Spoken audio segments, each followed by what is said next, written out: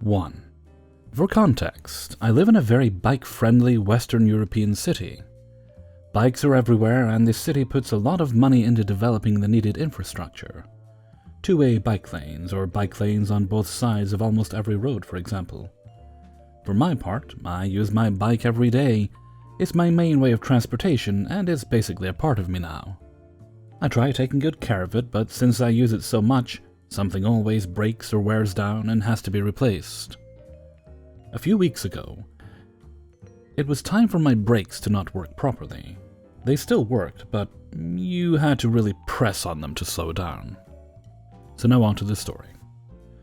A few weeks ago, boyfriend and I decided to spend the Sunday morning riding our bikes to the nearby park, where we can enjoy some fresh air and not worry about wearing a mask, as it's not mandatory in open spaces in our country.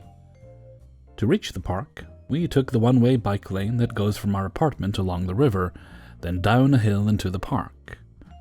It was sunny, but kind of early, so there were not a lot of people outside. We weren't in a hurry, just enjoying our ride and the nice weather.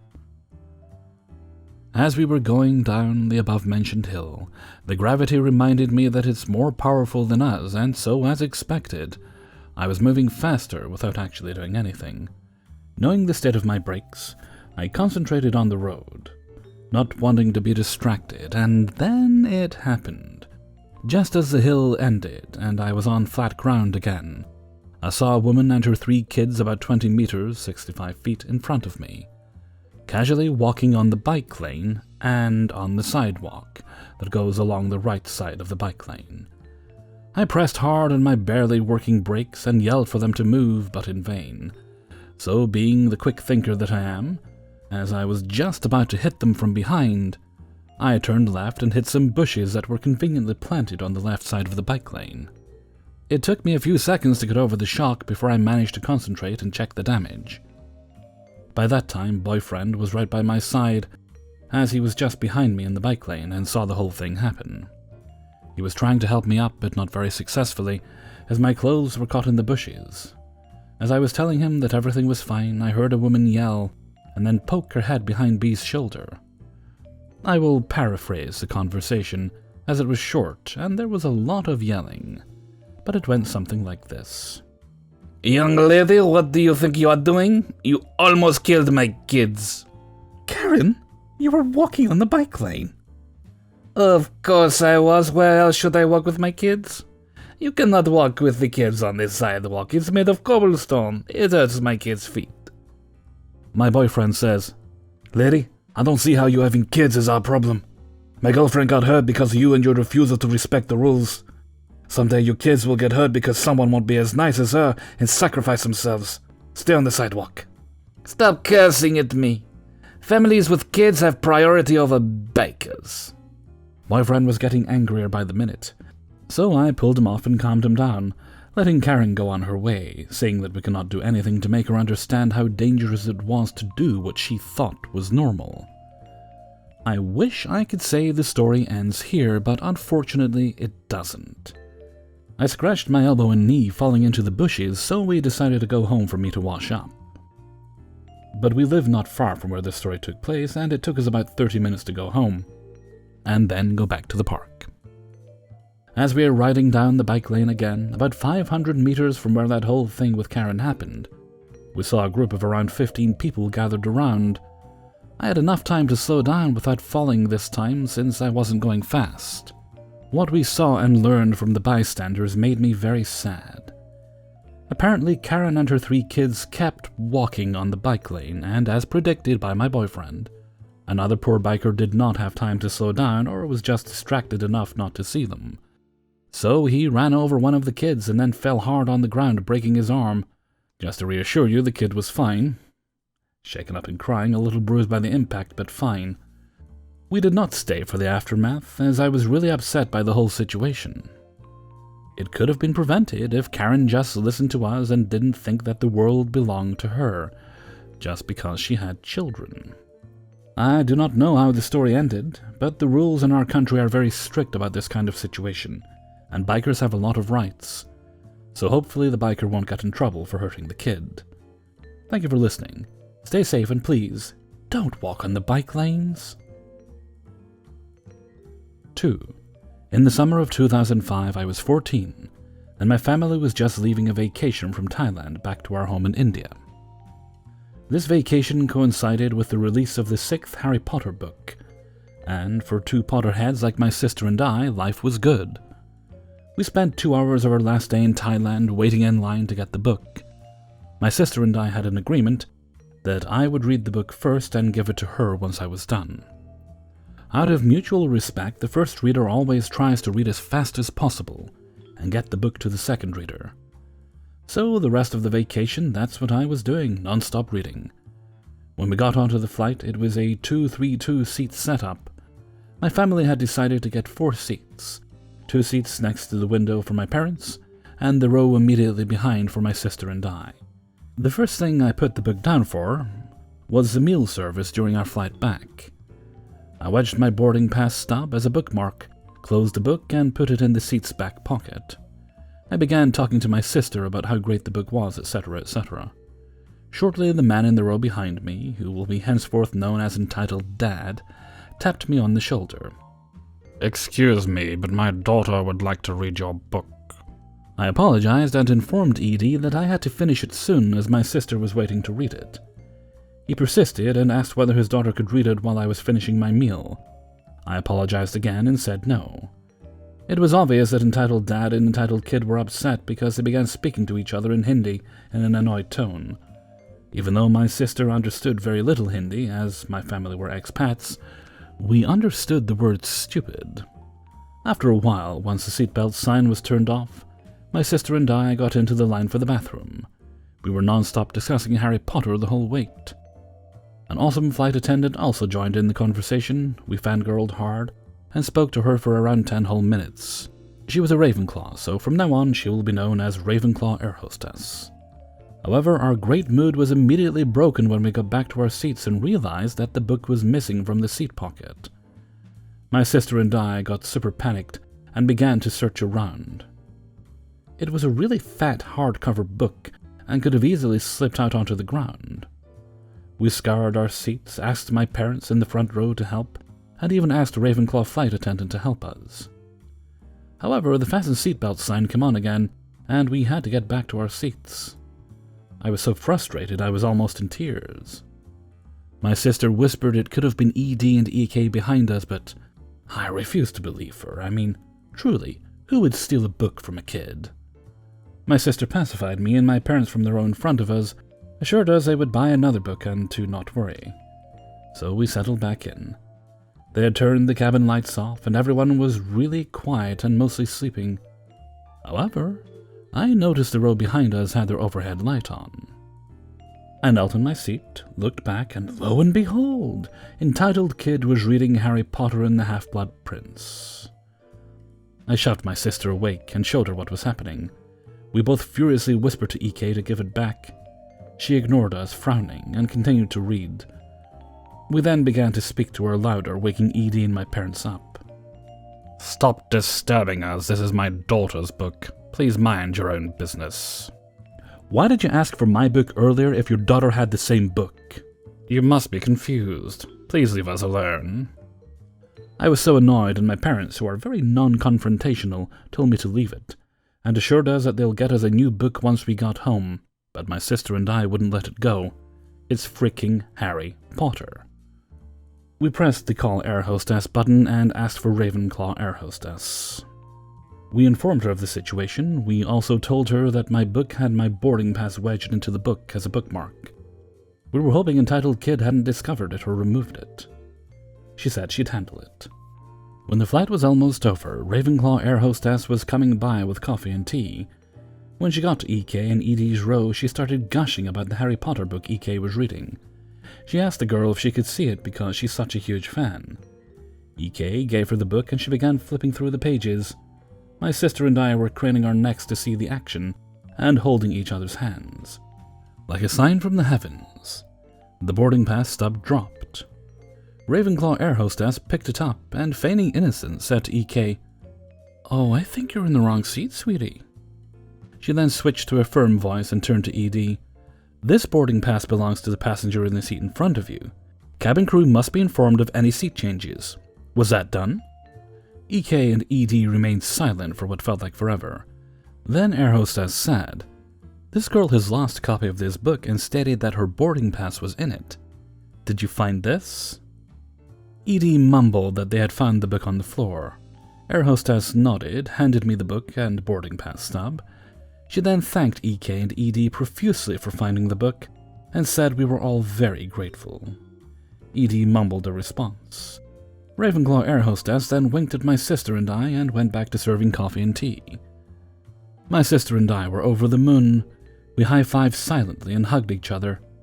As soon as we could, we wrote our names in huge letters on the first page of the book and guarded it the entire way back.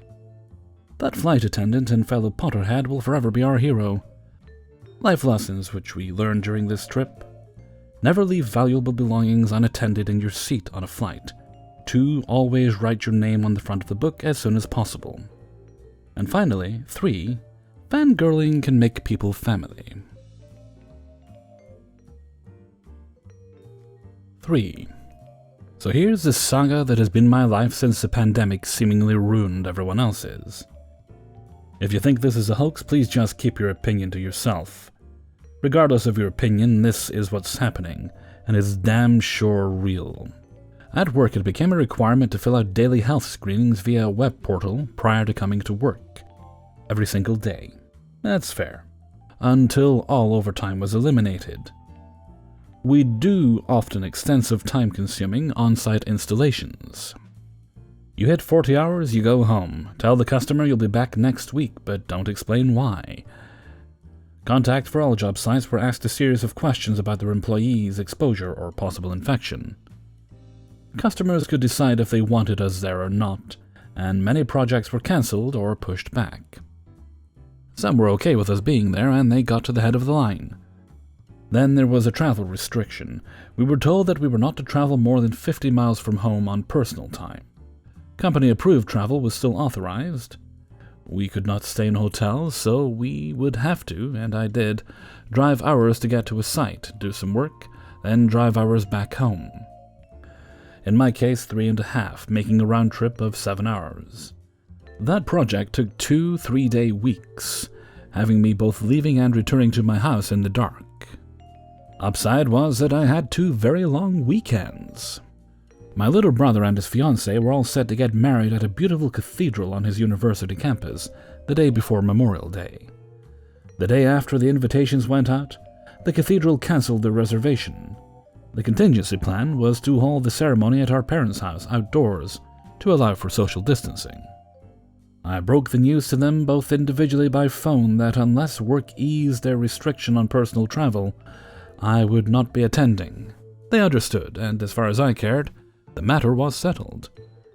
I called my mom, actually stepmom, but that's another story entirely, for Mother's Day, and we discussed the situation. Keep in mind, she's a healthcare worker, has been for decades.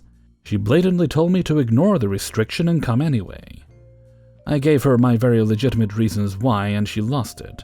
Told me that several people from out of state would be there, all of whom were under similar restrictions. Whoop-dee-doo! I'm trying not to spend 2 weeks at home quarantined for a disease I don't have, or worse, get fired for lying to my employer. Happy Mother's Day. I didn't go. Got guilted by a few other family members, but not by the bride or groom. I had their full support, as well as a few others. Had not heard from the majority of my immediate family since. I had ordered a Mother's Day gift online, which I was unsure if it had arrived or not, and I still don't know. I determined it was a scam, taking advantage of legitimate delays due to COVID to not actually deliver product. Fast forward to Father's Day. I try calling my dad on Sunday, but no answer. Leave a voicemail. Try calling the next day, straight to voicemail. I finally get him Tuesday and let him know we have a gift for him and the reason my other gift didn't arrive. I let him know we'll figure out how to get it to him as it's quite large. He suggests I just bring it to their house one weekend. I remind him that my travel restriction is still in effect, but I will be sure to visit as soon as it's lifted or the radius is increased. That starts a rant from him about how the whole thing is BS, that everyone's taking too far. and several people were at the wedding which I hadn't even mentioned, despite similar restrictions. Dead as a retired healthcare worker. I was informed later that day that my parents actually know someone who died of this. All my life they've been encouraging me to follow the rules. But one comes along that, if I broke it, might have severe consequences, and... You should have been there, everyone else was. Who was gonna know? What's the difference between personal and work travel? It was your brother's wedding. It kills me that I wasn't there. But I need my job to keep paying my bills and provide for my own family. Happy fucking Father's Day. My wife hated hearing my descriptions of these phone calls, and how I've been essentially blacklisted by my own parents. She hates, as I do, how much it bothers me. Of course I'm concerned about irreparable damage, but I had to make a choice. I made it. I'm living with it. Overtime at work has finally been allowed again, and I'm crushed under the weight of it, but the money should make up for it. Somewhat. 4. This happened 4 years ago. My family and I used to go to this one church. We're Koreans, so I was initially raised to be a devout Christian. My sister and I left some time ago, but that's besides the point. In this church, we had these things where 5 to 6 families gathered at one person's house for a QT, quiet time, Bible study meeting. They take a break in summers. After the summer had passed, we had a meeting at my old house because my dad was made the group leader. Whenever these meetings happened, I'd eat and leave if it was at our house. The people in my group were okay. A lot of family friends were in our group because a member was an elder, a church position, and was able to pull some strings. One particular person was someone I did not care for. He's the entitled dad in this story. He had 2 young kids. The older one was 5 at the time, and he is the entitled child. Because the entitled child was new to our group, he wanted to explore our house. He came into my room and saw all these toys in my room. He saw my Lego Republic gunship, 7676, and wanted it. At the time, I only had just the one and said no, and he started whining. His dad came in and the following conversation ensued. "What's going on? Why is my child crying?" "He wants my Lego Republic gunship," I pointed at it. "You have dozens of toys in here and you're 16 years old. You should stop being so spoiled and give him one." "I bought these from birthday and Christmas money, odd jobs I worked, and from monthly allowances from doing chores." "Okay, I'll buy it off you then." Because I was frustrated and angry with him, I hyperinflated. "This set is 100% complete and I'll sell for $400. Are you nuts? $250. We went back and forth for about 5 minutes. "I'm opinionated and I can do this all day, $400. $50, and I'll cover the rest of the cost of my restaurant. You can have credit there." "I may be chubby, but I don't accept restaurant credit. Please get the hell out of my room." My mom called all the guests to come eat. I rushed them out and grabbed the keys to my room. Had them because we previously rented the room out to a college student. I locked my room door and grabbed my plate of food. I ate, put my dishes away. I went to my room and got my jacket and bike helmet. I relocked my door and I went to a friend's house. I went back home an hour after the guests had left. My guests demanded I apologize for cussing him out. I told them they were rushing to a judgment before they heard my side. They heard my side and realized I was in the right. I still apologize for being condescending to an adult, though. Now here's where the karma got the best of him. My version of the story spread around the church, and adults were starting to talk bad about him behind his back. His wife heard these rumors, and they were ostracized. They left, and claimed they were leaving our church for personal beliefs, because the church was facing a difficult decision whether to betray their beliefs and accept our chapter of PCUSA's acceptance of LGBTQ marriages.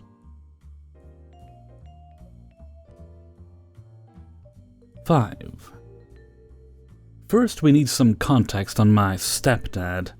Let's call him Mitch.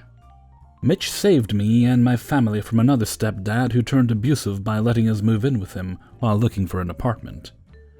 My mom fell for him and they dated around 7 years. They broke up, but he still comes around like he's her stepdad. which I think is weird. So it all started last December. I live across state with my significant other, Aaron, and our dog Aries. Mitch shoots me a text saying, "Hey, have you worked out a way to go see your mom for Christmas?" I, once more this month, tell him that we don't have the money for that, so he asks, "Can I ask why you don't want to see your family?" I reply with, "Can I ask why you keep asking me this question, even though I keep answering you? It's too expensive." So he makes up some bull sauce about how the last time I answered it wasn't a solid answer and how he find myself sad for your sister and mom since you're choosing to stay away this year. Then he asks how much it costs, and I tell him, "If you want to pay for us to drive 2 hours and drop off Aries with Aaron's family, 2 hours back to get a plane, then go right ahead. But we don't even have the money for gifts. I also don't want to spend my Christmas in a 3-bedroom condo with 8 people in it." So he asks me why my Christmas is dependent on my significant other and my dog, and if I would come alone. And I was like, no, I love him. I don't want to leave him alone for Christmas. And Mitch says, "Wouldn't he want you to see your family?" So I say, of course he would. He would say drop everything and go because that's the kind of guy he is. But you guys aren't my only family anymore. "But we haven't seen you for months. You've chosen him and your dog over your family for 2 holidays." I don't celebrate Thanksgiving, and neither does my mom.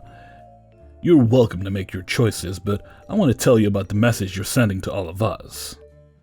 I know it would mean a lot to your mom and sister if you came back, especially since you've had such a long break with 0 commitments.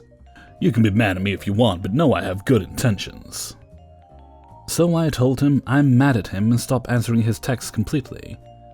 A few days later he asks me if I'm mad at him and I tell him yes, so of course he wants to ask why. I tell him that manipulating someone has consequences, and that until I'm not angry anymore, I'm not talking to him. He responds, "What? Lol?" Then sends me a chart of different manipulation tactics for my reference. I read through them, and he has done 8 of the 10 on there multiple times throughout the time I've known him. I asked my mom about it, and he was giving her some spiel about how upset he was that I was acting like this and trying to get her on his side. But she wasn't having it. I did start speaking to him again, but just for the sake of peace. Every month that goes by, I realize more and more what he truly is. When I asked my sister about it, it turns out Mitch wasn't even at the Christmas. To be clear, my mom and sister knew I wasn't coming back for Christmas. I had already discussed this and apologized to them about it. Hey everybody, Hellfreezer here, and thank you very much for listening to the Impractical Proudness of Parents. iPop number 45. And thank you very much to everybody who allowed me to use their stories in this video. This one was kind of a close one to put together, but we got there in the end. Now, something that always bewilders me about crappy parents. I mentioned this to the chat earlier as we were recording. Why do they act that way when their children are invariably going to be the ones making their later in life decisions? Whether or not they pull the plug. Whether or not they go to the good care home or the bad care home. I'm not saying it has to be awful, but it doesn't need to have cable either. Pudding cups are a luxury as far as I'm concerned. All I'm saying is actions have consequences and shitty people don't get rewards. What they get is theirs. Eventually. Except we all know they don't really, do they? Karma. I'm just trying to be a better person. Anyway, enough of that. I'm going to head off for now, so until next time, thank you very much for listening, and take very good care of yourselves.